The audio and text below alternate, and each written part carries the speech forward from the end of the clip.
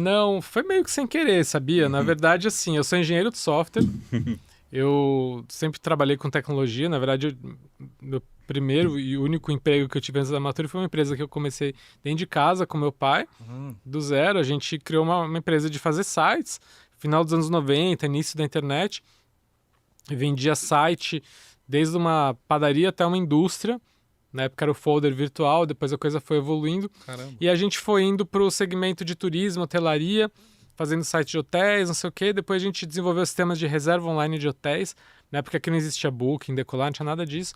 Mas foi mais para viagens corporativas. E aí a gente cresceu nisso. Meu pai geria a empresa, eu cuidava da parte técnica.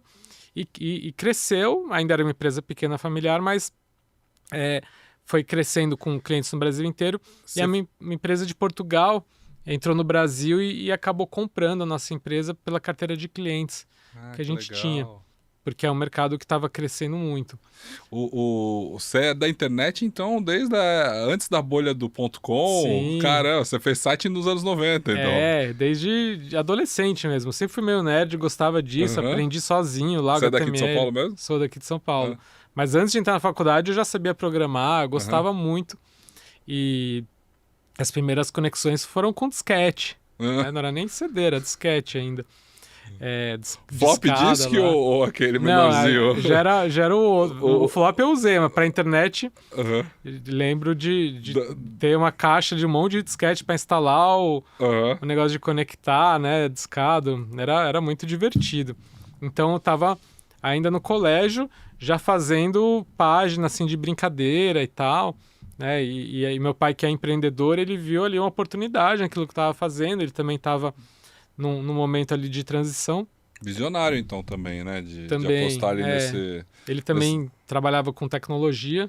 Essa internet aí, já tive outros papos aqui no podcast, que era efetivamente a internet livre, porque hoje a gente não acessa a internet, a gente acessa o Google e acessa a Meta, né? Os Instagram. As Big Techs sequestraram a internet. Você atuou num momento em que você conseguia chegar na World Wide Web de verdade, com os sites, com os domínios, né? Independente das fontes de tráfego passarem por esses gatekeepers. Né? Não tinha Google ainda. Eu lembro dos primeiros buscadores, tinha o Yahoo, o KD, não sei se você lembra. Alta Vista. Alta Vista, E era só uma lista, né? Não tinha nada a ver. Não tinha algoritmo, não tinha recomendação. Não tinha. Eu lembro que um dos primeiros sites que eu acessei foi o da Disney, que já tinha umas coisas. Era muito legal mesmo, assim. Tanto que eu fui aprender a andar de bicicleta com 28 anos, porque eu ficava só no computador. Caramba! Pra você ter ideia, assim, eu era bem nerd, mas adorava. E aí, então, assim foi. Aí a gente vendeu essa empresa em 2012. Então, já tinha sido ali um bom tempo trabalhando com isso. Eu sempre gostei de tecnologia, mas eu estava querendo mudar de área. Aí, essa empresa, eu continuei lá, mas depois da venda mudou muito. Mudou principalmente a cultura. Uma coisa mais, não só corporativa, mas de muita competição. Uma cultura que eu não estava acostumado. E aí, eu tinha um trabalho que era bem tranquilo nessa etapa, ganhava bem, mas eu ia arrastado, eu não tinha vontade por causa daquela cultura de muita competição, de pessoal puxando o saco do novo chefe ou puxando o tapete um do outro e tal. Aí eu percebi que não era só o dinheiro que me movia, que era algo além do dinheiro, porque aquele ambiente me mostrou isso. E aí eu resolvi sair da empresa. Fiquei lá até 2014, mas eu falei, bom, não sei o que eu vou fazer agora, mas eu quero fazer algo diferente. Não sei se eu vou tirar um sabático, se eu vou procurar emprego, se eu vou empreender, mas eu me abri para as possibilidades. Foi aí que eu comecei a ouvir falar de startup. Até então não se falava muito disso. E eu estava fechado ali naquele mundo também. Mas ao vender, você estava continuando na empresa numa posição...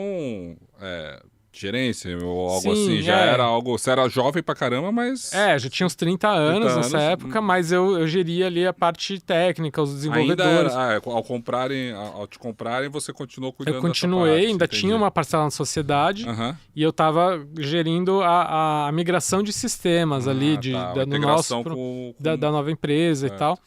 Mas aí eu realmente quis sair, vendi a minha parte e falei, bom, eu quero fazer alguma coisa que tenha mais propósito. Aí que eu comecei a estudar empreendedorismo social, que eu também nunca tinha ouvido falar. Diferente de ONG, você pode ter uma empresa que tem um viés social para ajudar a resolver um problema do planeta ou das pessoas. Eu adorei aquilo. Falei, nossa, é isso que eu quero ganhar dinheiro fazendo uma coisa boa, né? Mas não sabia o quê. E aí os pontos começaram a se conectar, porque em 2011, então um ano antes dessa venda da empresa, eu fiz um trabalho voluntário numa instituição de longa permanência de idosos, uma famosa casa de repouso ou asilo, que hoje em dia se fala ILPI, que foi um trabalho voluntário que foi meio que sem querer, eu sempre quis fazer voluntariado, aí achei uma instituição super legal. O dia que eu fui começar, falaram, e aí, o que você quer fazer? Eu falei, não sei, trabalhar com criança, né? Primeira coisa que vem à cabeça. Aí eles falaram, beleza, mas a gente atende criança lá longe, na periferia, não sei o que e tal. E nessa época eu morava em Pinheiros. Aí eles falaram, mas a gente tem essa casa para idosos na Vila Madalena, que é perto da sua casa, que está precisando de alguém lá. Tem uma sala de informática e precisa de alguém para ajudar os idosos a mexer no computador, acessar a internet. Você não quer ir ver o que você acha? Aí eu fui e adorei, porque além de ajudar eles, principalmente conversava muito com eles. Eles adoravam contar histórias da vida deles.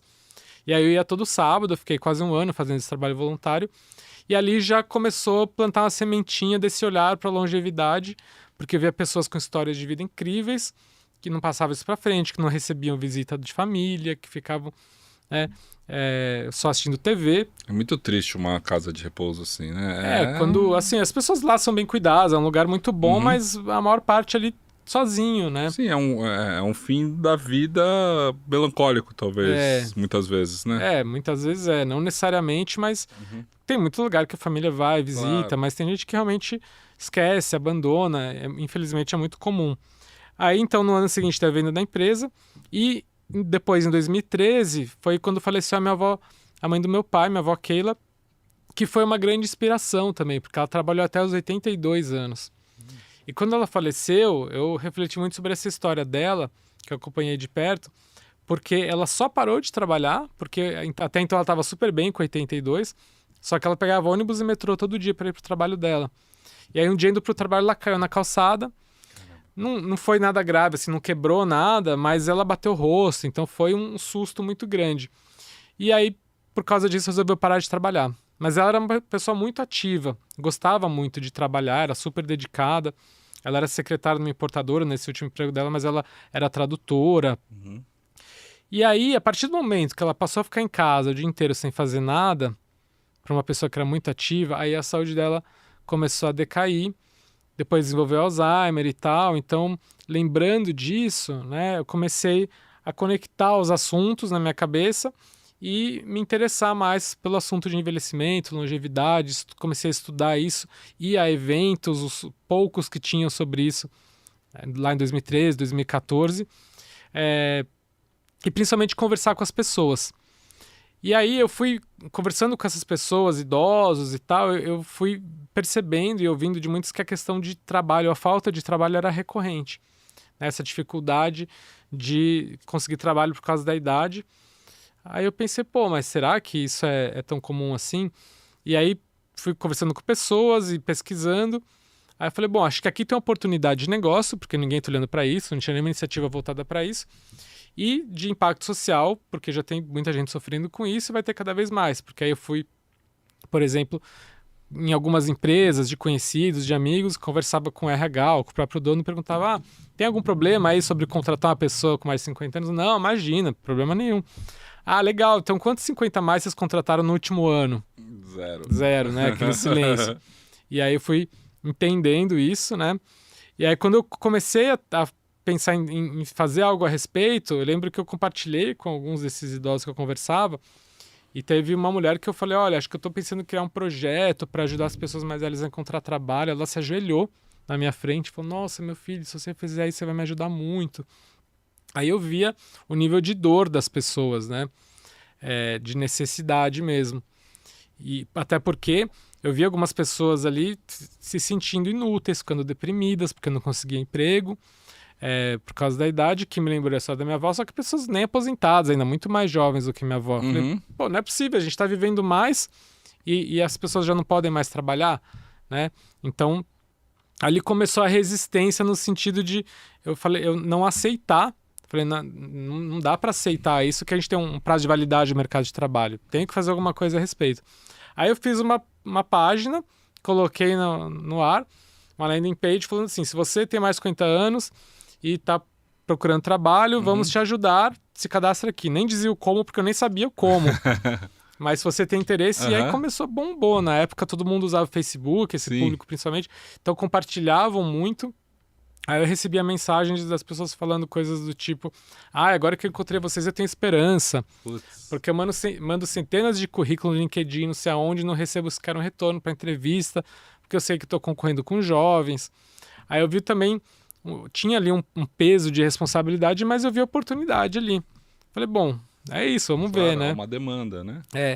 Aí logo que eu comecei também já saiu, primeiro saiu, eu lembro, no Catraca Livre, uma reportagem, depois o Pequenas Empresas Grandes Negócios já fez uma entrevista comigo, e aí a coisa começou, porque era realmente a primeira iniciativa voltada para isso, e aquela manchete assim, site de emprego para velhinho, né? Mas teve uma visibilidade orgânica muito grande. Sim. E aí também a gente começou um trabalho de comunidade criando um grupo de Facebook, que era muito engajado na época. E assim foi. No começo as empresas não queriam nem saber, aí eu tive uma estratégia no início de ver vagas que estavam abertas em qualquer lugar, que não eram específicas para jovens, e mandava um e-mail para a empresa falando, você quer divulgar sua vaga gratuitamente aqui no nosso site para candidatos 50 a mais? A maioria nem respondia.